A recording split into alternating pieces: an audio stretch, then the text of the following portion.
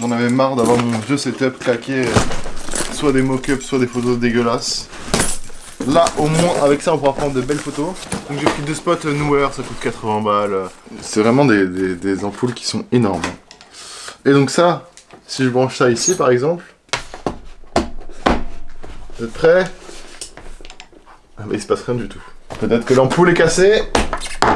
Bon bah ça va mettre un commentaire Amazon tout de suite hein, en disant que ça fonctionne pas. Hein. Je tiens quand même à rendre à César ce qui appartient à César. J'ai vu Sam avec son setup pour faire des photos de produits et je me suis dit putain c'est trop bien, il m'en faut un. Et j'ai cliqué le matériel dans la foulée. Donc Sam, si tu regardes cette vidéo, c'est essentiellement grâce à toi. En parlant de Sam, j'ai cop d'ailleurs une de ses pièces. Il a fait du coup une nouvelle collection qui est fait intégralement en cut and sew. Donc il a travaillé pendant des mois tout ce qui est la coupe des vêtements, les couleurs et tout, les teintures. C'est lui qui a choisi précisément avec Pantone et tout. Il a pas pris des trucs déjà. Enfin, il s'est vraiment cassé la tête. Du coup j'ai cop une pièce.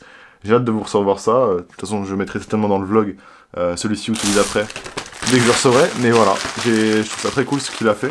Du coup, pour en revenir à la conversation de ce que j'ai pu dire hier, je crois, on est en pleine réflexion avec Ruby et Supram, parce que on est en train de chercher un local, voilà, un local pour imprimer, stocker, faire des vidéos et tout.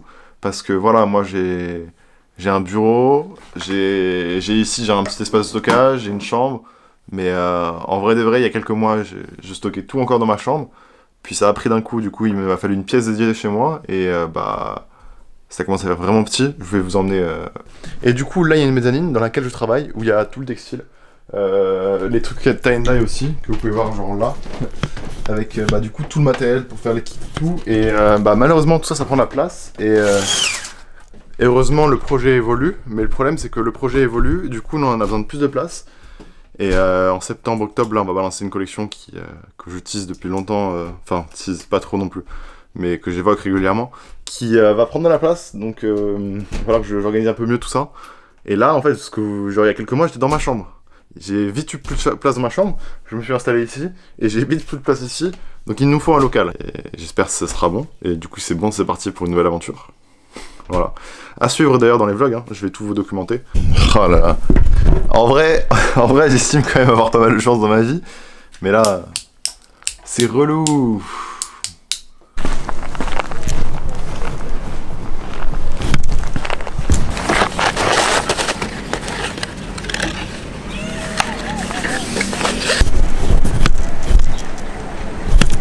Et je voulais parler un peu vite fait de Trustpilot parce qu'on a installé récemment Trustpilot sur le site. En gros, quand vous êtes sur le site et que vous allez sur une page produit, juste en dessous du bouton pour appuyer du coup sur l'achat, etc., il y a écrit 52 avis sur Trustpilot, et quand tu cliques dessus, tu vois du coup tous les avis que les gens laissent, qui sont évidemment des vrais avis. On a beaucoup d'avis positifs, on a quelques avis négatifs, ou en tout cas des remarques intéressantes. Et on en a 50, hein, c'est quand même cool, c'est beaucoup. Et ouais, du coup, par rapport à tout ça, genre, ouais, on a installé Trustpilot, mais en vrai, je pense que c'est un peu une carotte, et je vais vous expliquer pourquoi et ce que j'en pense. Dans le sens que, en gros, avoir une page, c'est gratuit, l'alimenter, c'est gratuit, genre les gens ils payent pas pour mettre des avis et tu payes pas pour que les gens mettent des avis. Cependant, ce qui se passe en général, c'est que si tu demandes pas à tes clients naturellement d'aller donner leur avis, tu vas voir que les gens qui ont une expérience négative vont mettre un avis. Ceux pour qui la commande a pris du temps à être expédiée, s'il y a une petite erreur, genre que j'ai pas envoyé la bonne taille ou autre, ça peut arriver, et bien c'est eux qui vont mettre ce genre d'avis. Du coup, si toi tu l'alimentes pas pour contrebalancer avec des avis positifs, de gens qui ont vraiment été satisfaits mais qui vont pas aller penser à le dire, tu vas avoir que des avis négatifs.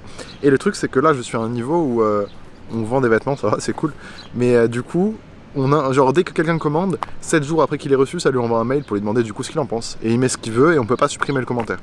Et je suis à un point où j'atteins la limite d'invitation. Je crois que c'est 100 invitations par mois, et il y a certains mois du coup où je dépasse les 100.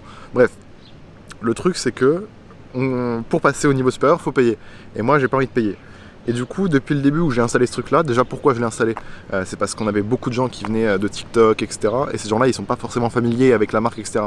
Du coup, déjà c'est un public plutôt jeune, donc ils n'ont pas forcément de carte bleue, c'est pas vraiment maman qui commande. Et papa maman ils connaissent pas forcément du coup la marque, ils savent pas si c'est sérieux, ils ont jamais entendu parler du projet. Du coup ils savent pas si on va recevoir la commande et tout, et du coup j'ai mis ça pour rassurer un peu.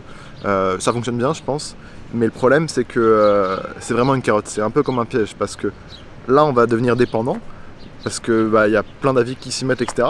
Mais le jour où on va vouloir se détacher de ça, parce que la marque aura une certaine autorité et qu'il n'y aura plus besoin de ça, et bien les seules personnes qui vont mettre des avis, ça va être pour des avis négatifs. Parce que bah, nous on va plus demander aux gens d'aller mettre des avis. Le but c'est que nous on pousse plus les gens à mettre ça. S'ils sont satisfaits ou autres, ils nous le disent, mais pas mettre des avis, pas fonctionner avec ce système qui veut gagner de l'argent. Et j'ai pas envie de leur donner de thunes. Et du coup le jour où on va arrêter, il n'y a que les gens qui vont mettre des avis négatifs qui vont vouloir mettre un avis. Les gens qui sont contents, ils vont pas penser à le dire. Et du coup, ben, notre page Trustpilot va être bien référencée parce qu'on leur a envoyé beaucoup de trafic, parce qu'il y a déjà beaucoup d'avis, mais on l'alimentera plus de positif, du coup il y aura que du négatif. Je sais pas si vous comprenez un peu. Et du coup, si on veut contrebalancer, il faut qu'on réinvite les gens, mais pour réinviter les gens, il faut payer. Et du coup, c'est vraiment un piège parce que au final, dès que tu crées ta page, et tu peux pas supprimer ta page, tu peux ne plus gérer ta page, dire que tu t'en occupes plus, mais dans ce cas-là, bah, les gens ils peuvent quand même mettre des avis et s'ils sont pas contents, ils en mettront quand même. Bon, vous l'avez compris, l'objectif c'est quand même que tout le monde soit content. On parle pas d'avis, hein, c'est juste quoi qu'il arrive, Trustpilot ou pas Trustpilot, c'est que l'avis client soit général. Mais c'est très compliqué de satisfaire tout le monde, surtout quand on est une marque indé et qu'on a des problèmes peut-être par rapport à la livraison, la logistique, les 3 points que j'évoquais plus tôt dans la vidéo, voilà. Donc ouais, je sais pas comment je vais gérer la situation, faut que je m'en détache le plus vite possible pour que la page Trustpilot ne soit pas référencée, parce qu'il y a beaucoup de gens qui cherchent Forever Vacation avis sur Google pour savoir ce que les gens en pensent, s'ils vont recevoir leur commande et tout, et j'ai peur de... que ce soit un frein parce que j'ai pas envie de payer, j'ai pas envie de leur donner de thunes à Trustpilot. Je pense pas qu'ils font quelque chose qui est super... Enfin, c'est utile, mais vas-y, ça mérite pas de payer un abonnement ou autre. Donc bon, voilà un peu la situation aujourd'hui. Oh, c'est trop bien! On va atteindre une paire d'heures. Ah ouais, ils ont vraiment mis... Salut, aujourd'hui. Là c'est quand t'as foiré là? Ouais. C'est marrant. Je sais pas s'ils vont laisser quand j'ai foiré. On nul, hein. J'ai mis du coup la paire, ça traîne là. Tu vois? Imagine, il s'arrête là, il me Regardez comment il est nul! Regarde ce loser orange. Merci hein, merci les gars, hein, ça fait plaisir hein. Bon écoutez, il fait beaucoup trop chaud. Voici du coup, se termine le vlog. Merci à tous d'avoir regardé ce premier vlog. Et n'hésitez surtout pas dans les commentaires à me faire des retours. Si vous pensez qu'il faut que j'améliore telle ou telle chose.